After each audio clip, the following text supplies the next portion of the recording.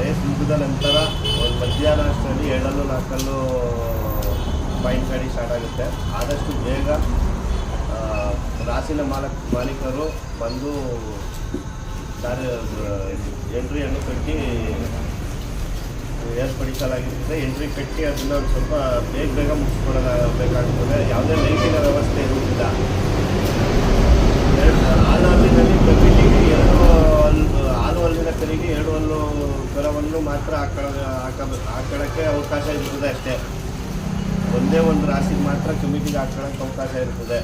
2 ಹಲ್ಲು 4 ಹಲ್ಲಿಗೆ ಯಾವುದೇ ಕಮಿಟಿ ರಾಶಿಗಳಿಲ್ಲ.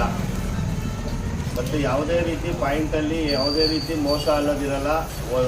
ರಾಶಿನ ಮಾಲೀಕರು ಪ್ರತಿ ಒಬ್ಬರು ಮಾಲೀಕರು ಟೈಮಿಂಗ್ಸ್ ಪಾಯಿಂಟ್ ಹತ್ರ ಇರಬೇಕಾಗುತ್ತೆ.